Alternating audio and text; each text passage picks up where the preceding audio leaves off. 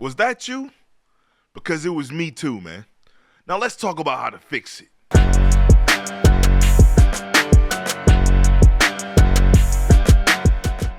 What up though, family? We are back with another Warzone video, you know, going from bot to sweat like we always do, and we are on Verdansk.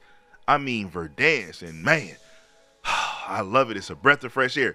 But that's another video. I'm gonna talk about that later on. Right now, we came to do something totally different. We trying to go from not playing to getting better at what we doing, man, because Verdansk is a different play style than what we've been used to for the last couple of years.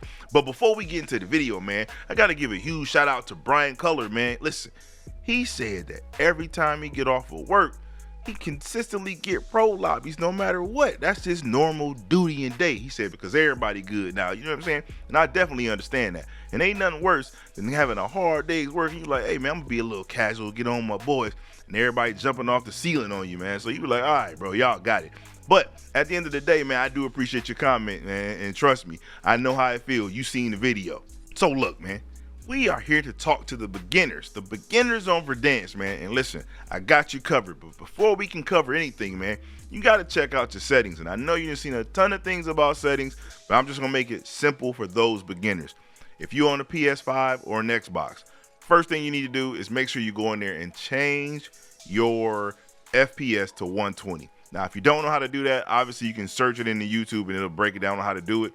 And it's very simple, very quick. But once you do that, you'll actually be able to see things a lot differently in a lot real time. Because if you don't change that setting, right now you're playing at 60 hertz and you're at a disadvantage. Like it's like you're still back on PS4 or Xbox One when you should be on the new gen. You know what I'm saying? So I'm letting you know that. That's the first thing you're gonna have to change. Now let's get into these other settings so I can show you what else that needs to be done.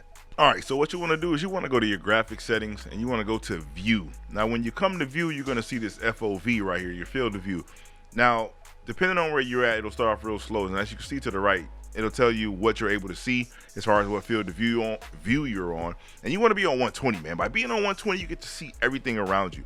It's like your peripheral opens up or something, you know what I'm saying? But you're able to see everything around you, which is very important, especially when you're on Verdansk. You need to see as much information as possible. Past that, you got the ADS field of view. You want to put that to affected. You don't want nothing that screwing you over or making things have certain changes. You don't need that. So you want to put that to affected. Weapon view, field of view, you want to put to wide so that you can see everything. Because when it's narrow, you only see some of the board and some of the information. You don't get the complete view of the map and the view of around you. So by doing it and putting it to wide, it makes the weapon smaller and you're able to see more information. So that's why you need that. Past that, you want to see, come down a little further and you'll see world blur, and then weapon blur. As you can see, as you see it in the screen, you don't need your weapon to blur, nor do you need the world around you to blur. You need to see everything clear because guess what?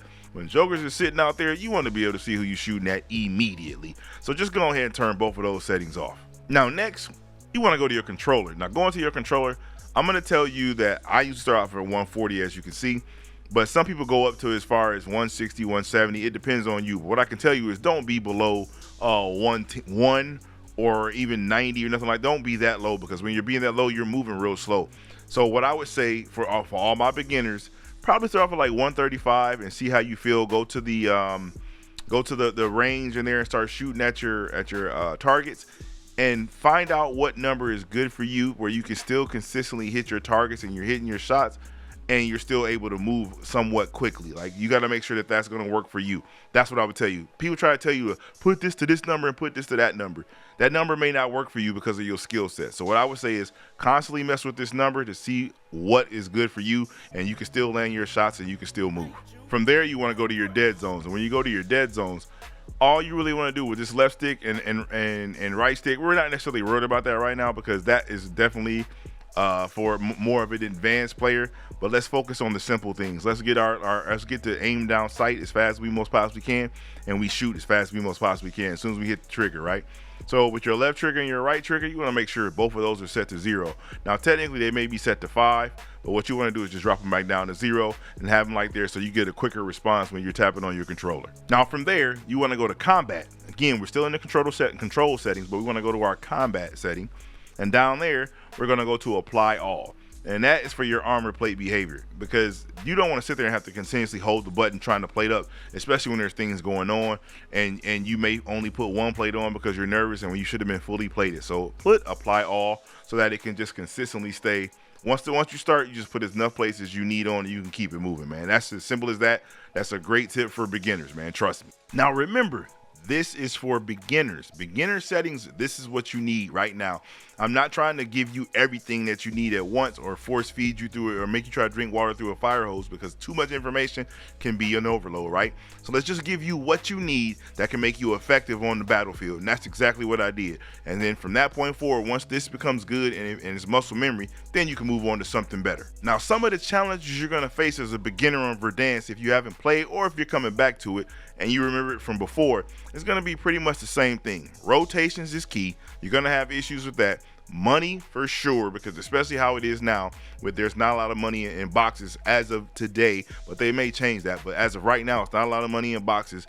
And the loadouts, because there ain't no enough money, so that means clearly you can't get your loadouts. So these are some of the things that you're going to be dealing with, and it's probably considered to be, or it could be considered, overwhelming, especially coming back to it as a beginner. So this is how you fix it. So when we're talking about rotating, right, you got to understand this. Everybody gets on there, we see how the circle collapses. Now the circle collapses at a slower rate, which is still good, but at the end of the day, you still get caught in certain bad areas if you don't rotate properly. So first things first, you need information on where your circles could possibly be. So what does that mean? That means go do recon contracts. When you do a recon contract and you complete the recon contract, it lets you know where the next circle is going to be.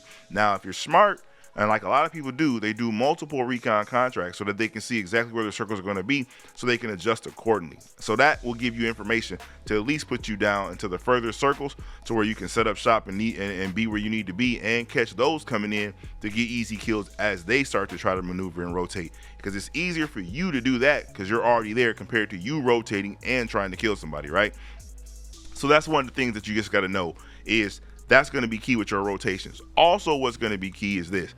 If you do get caught trying to fight the gas, which you shouldn't, but if you do not be running through the open fields. Please get a vehicle. And when you get a vehicle, throw a trophy system on the vehicle so you won't get hit by lethals. Because trust me, people that got C4 now, thermites, whatever it is, they're throwing everything at you. They're shooting at you, trying to get you to disable your vehicle to get you out of there, right? So again, make sure that you're not maneuvering in open fields, just running willy-nilly, whatever. Use your vehicles, use choppers, because it gives you a better advantage to get where you're trying to go. Now, as far as money, like I said previously, hopefully they'll make a change, but if they don't, this is something we got to adjust to and deal with. But as far as money, you gotta double back on those contracts and do those contracts so that you can get the money you need. And by doing that, you'll get this thing called a contract multiplier. When you get that multiplier, that means the more you do, the more money that you get, the more it increases. Now, I know what we thinking, we can run around here and just kill people and take their money.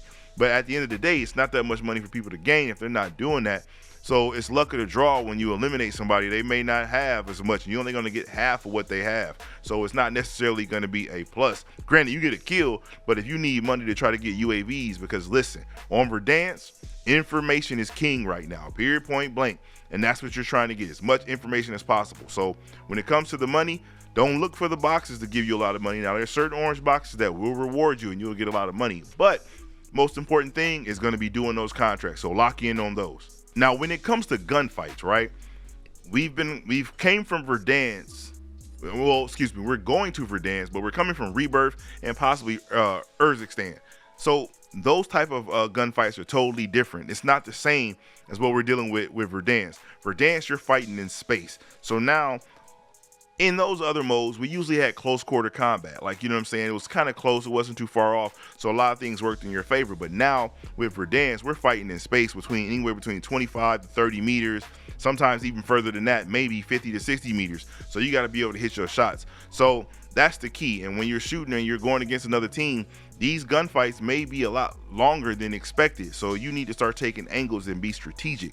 And don't just everybody full send one way. Get behind cover. Get a head glitch or something and start shooting. That's what's going to give you the advantage when you're going against somebody else. And also, we already know we got sniping. Look, when they brought Verdansk back, just know that sniping was going to be in full effect. And the HDR doesn't make it any easier, especially if you got all the attachments. So you have to keep your head on a swivel and make sure you're paying attention to all of that as well. But again, On Verdansk, all your gunfights are going to be in space, so you got to be a little bit more strategic and just make sure that you approach this in a calm and smart manner, and just don't be in open field shots, because you're going to get killed immediately in that. And as far as your squad, listen, if you're playing duos, if you're playing trios, or you're playing quads, you're going to need one person. Now, some people go way more than one, but I'm gonna say you at least need one. You're gonna need one person for a sniper. It's just you gotta have it.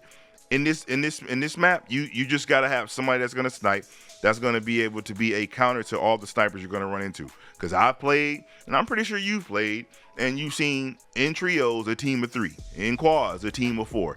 Everybody's Chris Kyle, so you're gonna need somebody that's gonna counter that sniper to at least let you guys be able to maneuver so you don't get held somewhere, right? Because that's the key about sniping. Sniping allows you to hold somebody, and then somebody can flank and maneuver if done correctly.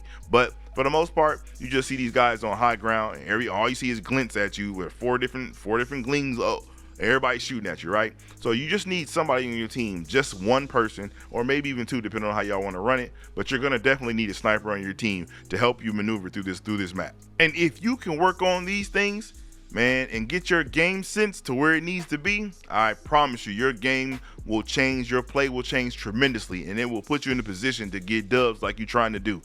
But now remember, just understand, this is controlled chaos, so you can do everything right. You can maneuver right. You could have won a few gun fights. You could have been UAVs up. You can have all the information you need.